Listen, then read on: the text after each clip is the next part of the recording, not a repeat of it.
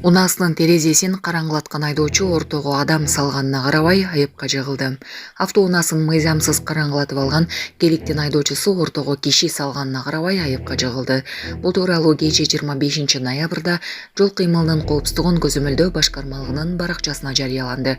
Анда Кайыгул милициянын кызматкерлери машинаны Жукеев, Пудовкин менен Сүйөркулов көчөлөрүнүн кесилишинен токтотушкан.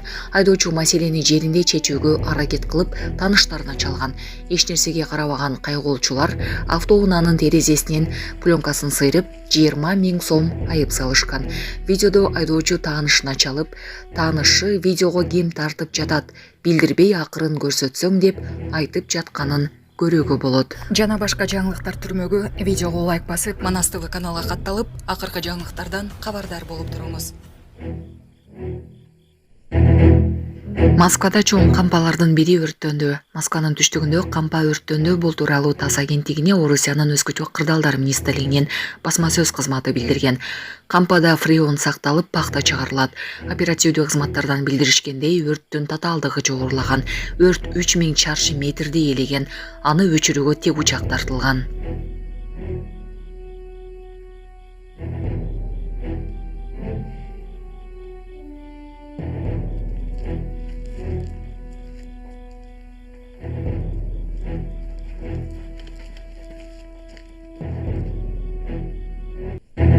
Жалал-Абадда коңшу өлкөнүн жараны алдамчылыкка шектелип кырмалды. Бул тууралуу облустук милициyaдан билдиришти. Милициянын маалыматы боюнча быйыл жыл башынан бери Жалал-Абаддын милициясына шаар жана Сузактын 11 тургуну кайрылып, Гүлүм аттуу аял товар алып, аны сатып, акчасын 3 күндө алып келип берем деп качып жүргөнүн билдиришкен. Аталган факт алдамчылык негизинде кылмыш иши козголгон. Иликтөө иштеринин натыйжасында шектүү катары 54 жаштагы тургун оштон кармалган. Ал Жалал-Абадка алып келинип, убактылуу кармоочу жайга камакка алынган. Кийин аталган аял коңшу мамлекеттин жараны экени аныкталган. Учурда анын башка алдамчылык иштерге катыштыгы текшерилүүдө. Мындан улам Жалал-Абаддын милициясы аталган аялга алдангандар болсо, аларга кабар берүүсүн суранат. Булак репортер Кежи. Кызыл деңизде 30дан ашык туристти ташыган яхта чөгүп кетти. Бул тууралуу чет элдик басылмалар жазышууда. Маалыматка караганда 25 ноябрда жергиликтүү убакыт боюнча эртең мененки саат 5:30да Египеттин Марсаэль Алам курорттук шаарынын жээгинде болгон. Яхтада 31 турист жана 14 экипаж мүчөсү болгон. Чөккөн яхтадан аман табылгандары болгону жана калгандарын издөө куткаруу иштери жүрүп жатканы кабарланды. Турасыздар.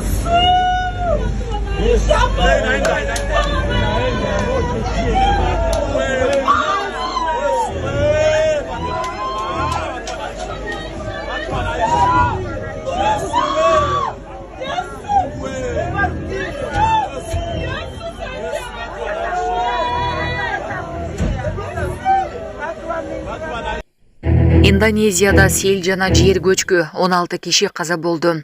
Индонезиянын улуттук апат борборунун жооптуу кызматкери Жоспри Надеак Суматра аралындагы Каро аймагында катуу сел жана жер көчкү жүргөнүн билдирди. Индонезиянын Суматра аралында сел жана жер көчкүдөн 16 киши каза болду. Индонезиянын улуттук апат борборунун жооптуу кызматкери Жоспри Надеак Суматра аралындагы Каро аймагында катуу сел жана жер көчкү жүргөнүн билдирди. Надеак нөшөрлөп жааган жамгырдан улам пайда болгон жер көчкүнүн көптөгөн аймактарда үйлөрдү кыйратканын жана чарбаларга зыян келтиргенин айтты. Апаттарда 16 кишинин каза болгонун белгилеген Надеак экөөсү бала, 6 кишинин болсо дайынсыз экенин кабарлады.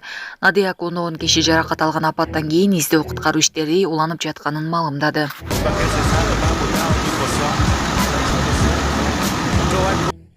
Депутат балага сүйүнчүнү дароо төлөбөй депозит аркылуу көбөйтүүнү сунуштады.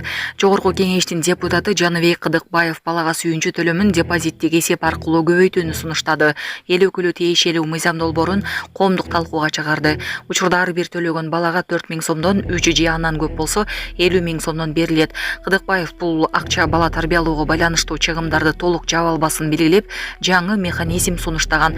Бала төрөлгөндө мамлекеттик банкта депозиттик эсеп ачылып, каражат убакыт өткөн сайын көбөйүп турат. Баштапкы сумма 7 жашка чыкканда 2 эсе, 18 жашка жеткенде 3 эсеге өсөт. Эсептеги каражатты мөөнөтүнөн мурда алуу же башка жагдайларга колдонуу шарттары долбоордун жоболорунда көрсөтүлгөн деп жазылган мыйзам долбоорунун демилгесинде.